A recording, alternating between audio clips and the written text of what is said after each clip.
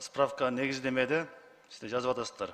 Бул мыйзам менен керектөөчүлөрдүн укуктарын коргоо боюнча, ошондой эле суу транспорттун субъекттерин көзөмөлдөө, ошолордун иш тартибин, укуктук базасын түзүү баарын камтыгансыздар, туурабы? Ушул эле мыйзам боюнча эмне үчүн гидроциклди жазган эмессиздер? Мына алла ушул мыйзам менен камтыса боло беле, ал өзүңүз билесиз. Канчалаган адамдардын өмүрүн кыйган окуялар көрүнүштө болгон. Ошолорду эмне тактап жазган жоксуздар? Бул жерде кыргызча жазып келип, анан кийин контролдоо депсиз. Контролдоо деген сөздүн кыргызча которулбайбы?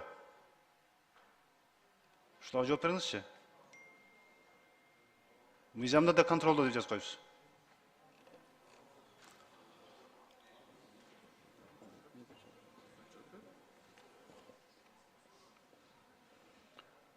Ар бир ушундай мыйзам келгенде баарын камтыган жатышты. Сиздердин убактын алат, биздин убактыбызды алып атасыздар. Болбосо кайтарыңыз да анда жана гидроциклде бир жолу киргизип, ошода иш немесин, жол жобосун, эрежесин бекитип коелу.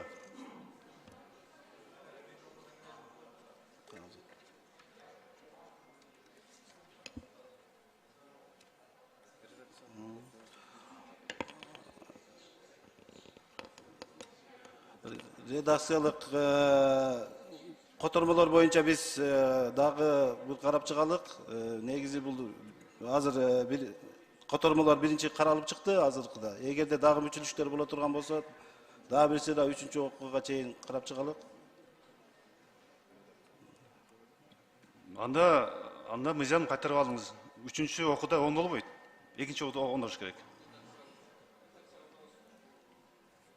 Ана мен сунуш киргизем, урматтуу төрага. Мына сиз баш болуп кыргыз тилинде бу жерде көп аракет кылып атабыз. Анча-мынча сөздү орусча жазып коюптур. Биринчи. Экинчиден ушул мыйзамга эле сунуш беребиз. Скутер, гидроциклдин баарын камтып кетсин. Ошонун эрежесин баарын тартын жазып коелу. Көрүп атасыз, жооп бере албай атат. Мен сунуш берем, ушуну коюп койсоңуз, сунушумду.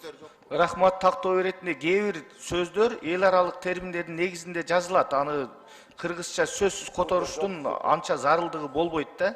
Ошол учурду эске алып койсоңуздар, урматтуу депутаттар. Мен сунуш берем, сунушумду коюп коюңуз. Эгерде депутат колдосо, анда экинчи жолу кайра кайтарып келсин. Рахмат.